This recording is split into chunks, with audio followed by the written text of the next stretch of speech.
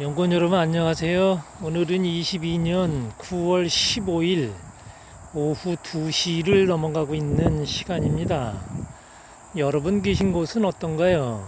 저 있는 곳처럼 이렇게 날씨가 좀 흐려 있나요?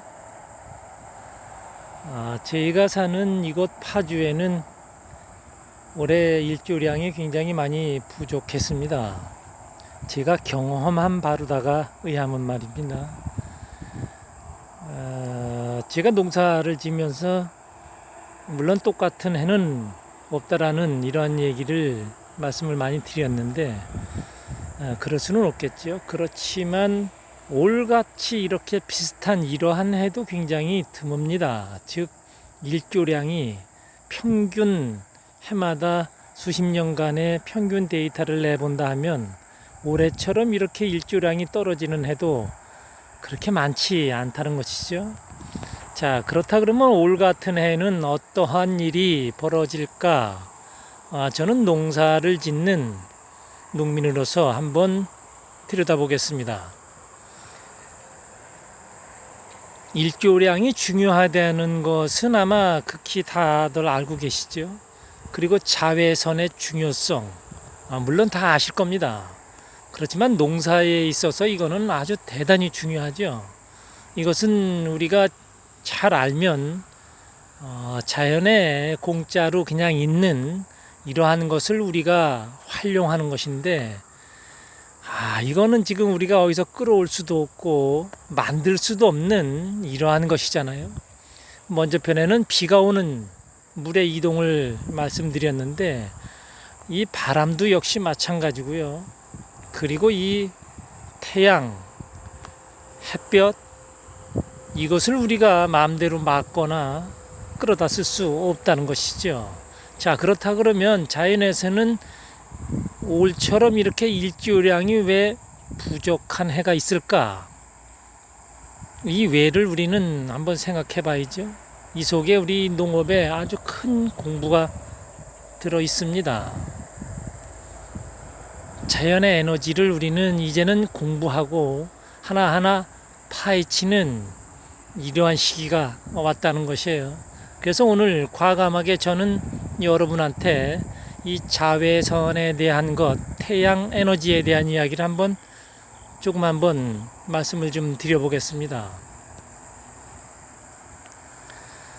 지금 저희 밭에 이렇게 화면에서 보시다시피 지금 날씨가 흐려 있어요. 오후 2시를 넘어가고 있는데 그런데 지금 잘 보이실려나 모르겠지만은 노란 나비, 흰 나비가 좀 눈에 띄네요. 그리고 얘네들은 어디서 왔고 무엇을 지금 하는 것인가? 이거를 좀 여러분이 생각하는 것 외에 저는 좀 다른 쪽으로 한번 표현을 좀 한번 해보겠습니다. 자연에서 하나님이 점검을 보냈다. 네가 농사를 잘 짓는다고 하는데 과연 어떻게 짓는지 점검을 좀 한번 해보겠다. 이렇게 온 것이죠. 자, 그래서 지금 저 나비가 날르다가 점검하다가 어디가 정화가 부족한 곳이 있다. 자연 정화가 부족한 곳이 있다 하면 저 나비는 그곳에다가 알을 만들어 놓죠. 그리고 그곳을 청벌레라는 그 벌레를 출몰시켜서 그 무와 배추, 기타 다른 작물의 잎을 없애죠. 그래서 그거를 농부들은 피해를 봤다고, 어떠한 충의 피해를 봤다고 그러는데 그거는 피해가 아니라 자연의 정화에 있어서 당연히 일어나는 일입니다. 그 속에 연구원 여러분들이 연구를 하셔야지 왜 이 지금 벌레는 왔을까, 나비가 왔을까, 그리고 저 나비는 어느 곳에는 알을 만들지 않고 어느 곳에는 알을 만들까, 아니면 밭 전체의 무배추의 알을 만들어 놓을까, 이것인 것이죠. 이것을 우리는 세밀하게 들여다볼 필요성이 있어요. 물론 지금 저 나비가 왔다는 것은 일조량이 부족한 것에서 온 것입니다. 저 나비가 왔다 해도 알을 쓸 수 있는 조건이 된다 그러면 그 알을 만들어 놓겠죠. 그러나 알을 만들어 놓을 조건이 안 된다 그러면 그 알은 만들어 놓질 않습니다. 그리고 그냥 간다는 것이죠. 이것이 자연에서 일어나고 있는 지금 현상이에요. 그래서 이러한 자연의 이치를 모르면 무농약 자연농업 유기농을 하기는 굉장히 어렵죠. 그래서 이 공부를 한다 그러면 아주 쉽게 접근할 수가 있어요. 자, 조금 더 들어가 보겠습니다. 태양 이야기를 했는데 이렇게 태양이 비추고 있지 않으면 이 작물은 굉장히 힘들어 한다는 것이죠.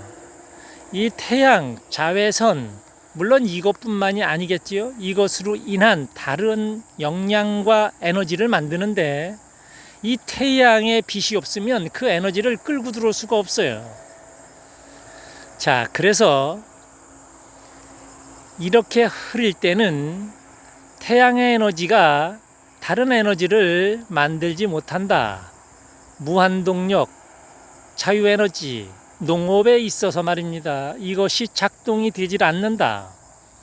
화학비료, 화학농약을 안 썼다 하더라도 이것은 역시 똑같이 작용한다. 자, 그러면 어떻게 그것을 극복할 것인가, 이것이죠. 놀랍게도 자외선은 이 식물이 오늘 필요로 한 양만 이 작물이 먹을 수가 있죠. 그 시간은 그리 길지 않아요. 길어봐야 3일 동안 날씨가 흐리고 폭우가 온다 그러면 어떠한 작물이든지 노화가 빨리 오죠. 노화가 빨리 오면 정화하는 데 있어서 굉장히 힘들어합니다. 이때 균과 충이 발복을 해서 그 정화하고 있는 그 물질을 정화해버리죠. 그것이 균과 충의 발복입니다. 자, 그러면 이렇게 흐릴 때, 이럴 때 일반 관행농업에서 지금까지 아니면 유기농업, 자연농업에서 어떠한 행위를 했나요? 균과 충이 비 온 날 후에 비 오기 전에 이렇게 여러 날 흐리면 일조량이 즉 부족한 이런 날이 지속이 되면 농약을 뿌릴 수밖에 없죠. 균과 충이 굉장히 많이 나오니까요. 화학농약이든 천연농약이든 사용할 수밖에 없다는 것이죠. 자, 그러면 이것을 우리가 이제는 알았다 하면 어떻게 할 것인가? 자외선을 붙들면 되죠. 바로 그게 답입니다. 자외선을 어떻게 붙들어, 이 미친놈아? 네, 붙들 수 있는 방법이 있어요. 지금 이 밭에 건물이 보이시나요? 지금 토양 발효제를 만들고 있는 그 재료는 무엇인가요? 1년 동안 아니면 몇 년 동안, 수십 년 동안 이 지구에서 자외선을 흡수하면서 자기 생명력을 다한 그 건불 말입니다. 이것을 발효한다 하면 놀랍게도 이 자외선을 만들어낼 수는 없지만 자외선이 있을 때 그 자외선을 품어서 오랫동안 갖고 있는 능력이 놀랍게도 길어진다는 것입니다.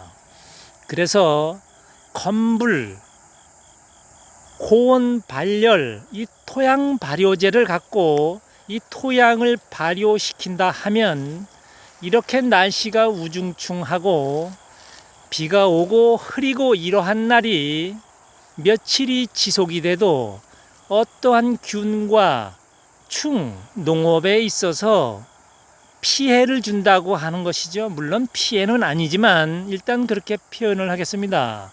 농작물을 해코지하는 수확을 거들기는커녕 없애는 방해하는 그러한 균과 충의 발복을 안 하게 할 수 있는 비결이라는 것입니다. 자, 여러분 한번 도전해 보세요. 아주 쉽게 어떠한 균, 충, 바이러스를 다스리며 갈 수 있는 그 농업 기술이 나왔습니다. 여기는 다음 세대를 위한 농사업을 하고 있는 이장집입니다. 감사합니다.